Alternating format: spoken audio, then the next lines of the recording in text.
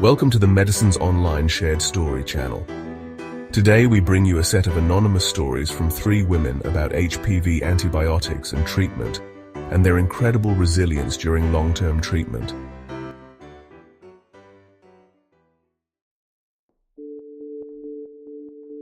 Hello, in this forum we aim to bring you light in times of darkness.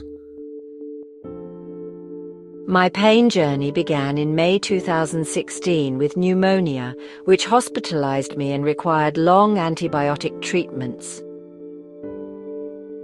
The antibiotics led to candida, which was promptly treated and resolved with fluconazole.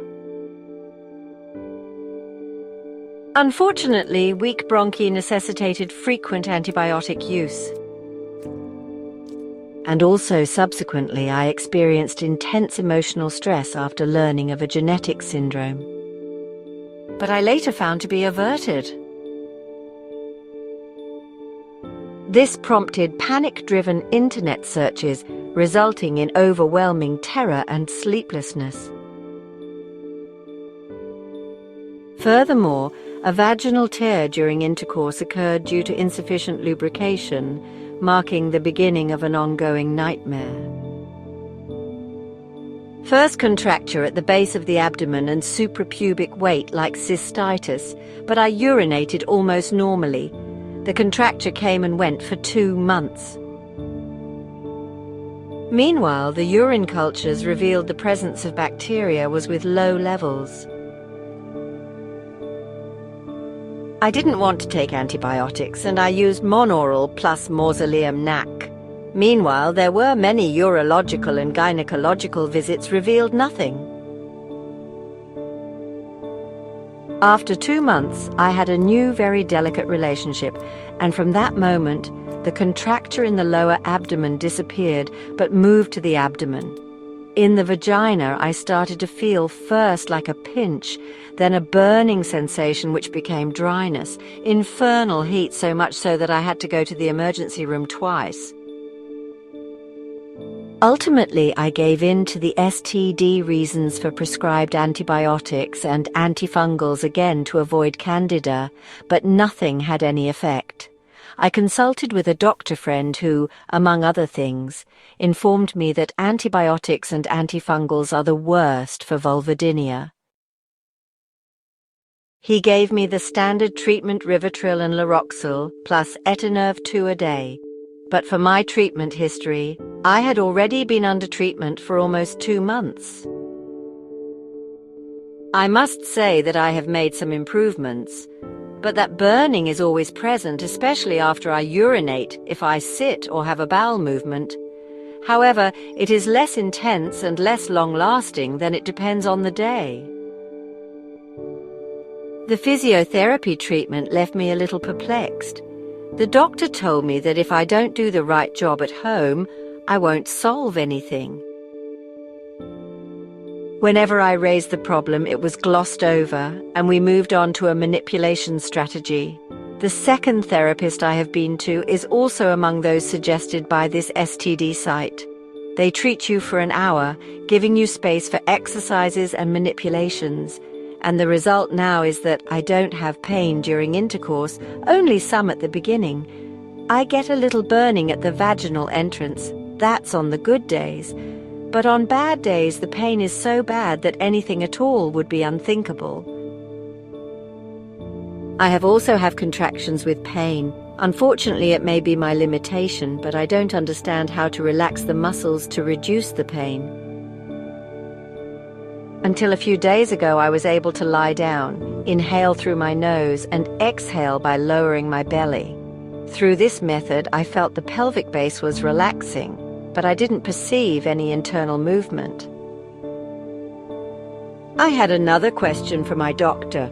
Does the perineum need to expand to relax the muscles? Interestingly, the other physiotherapist made me start to perceive the movement of the pelvic base, which, like a wave, lowers when you inhale and rises when you exhale. But it was the exact opposite of what I did before. This is my next question. How do you do it? With the main therapist, I underwent 5 manipulations, but we never attempted to do the exercise together. It was always explained verbally, leaving me disarmed at home. I am determined to continue my journey and find an end goal of real relief.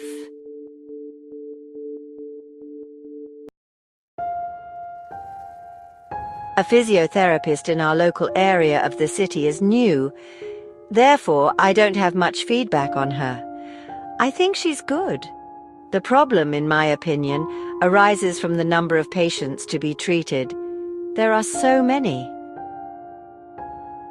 According to a top online HPV forum's advice on viruses and tests, I should use cotton pads and underwear in my sessions. I used oil for a while, but then I got tired of repeating urine culture, and from that I always got different test results. At home, I use it daily after intercourse, but I don't know if I still have bacteria or not, and I don't know whether it's a good idea to use it every day. In spite of these ongoing treatments, there are as many symptoms as I told you, such as burning, hot urine, and sometimes weak urinary flow. I'm sorry if I've dragged on. As you well know, it's quite an ordeal. Thank you all in advance for any valuable advice you can give me. Well, maybe you figured it out already from my story. But I hate taking drugs because I just got married and wanted to try for a baby. So I prefer this kind of natural treatment. Hi, let me introduce myself. I'm Nicole. I discovered that I had vulvodynia for a couple of months after at least another 3 months of wandering around between urologists and gynecologists, the usual routine that we all experience. Then, my doctor diagnosed me with chronic pelvic pain due to spontaneous vulvodynia and hypertonicity of the pelvic muscles.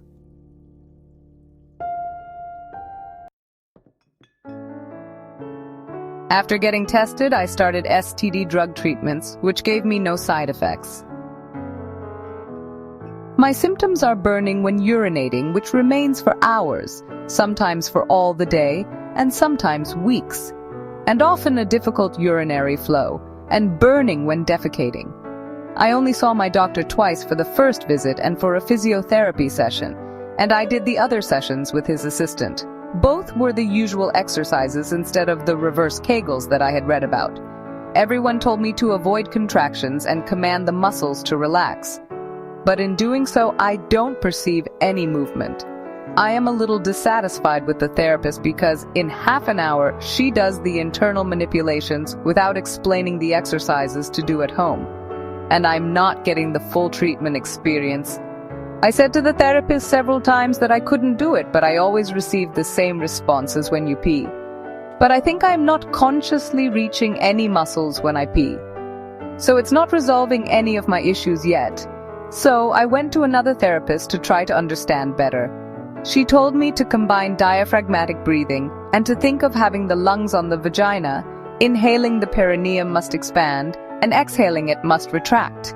And the good news was that this new approach gave me hope and a sense of control over my condition.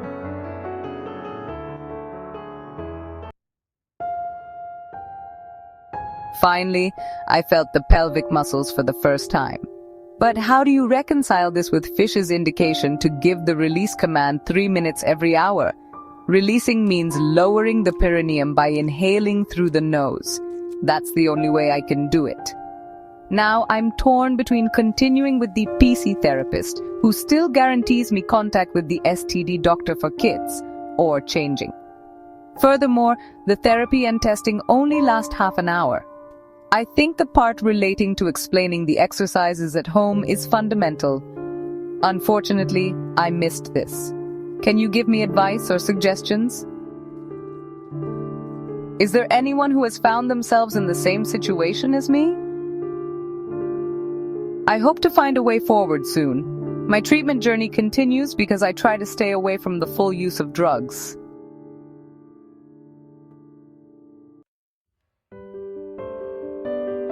To subscribe to more stories on this channel, please click on the subscribe link.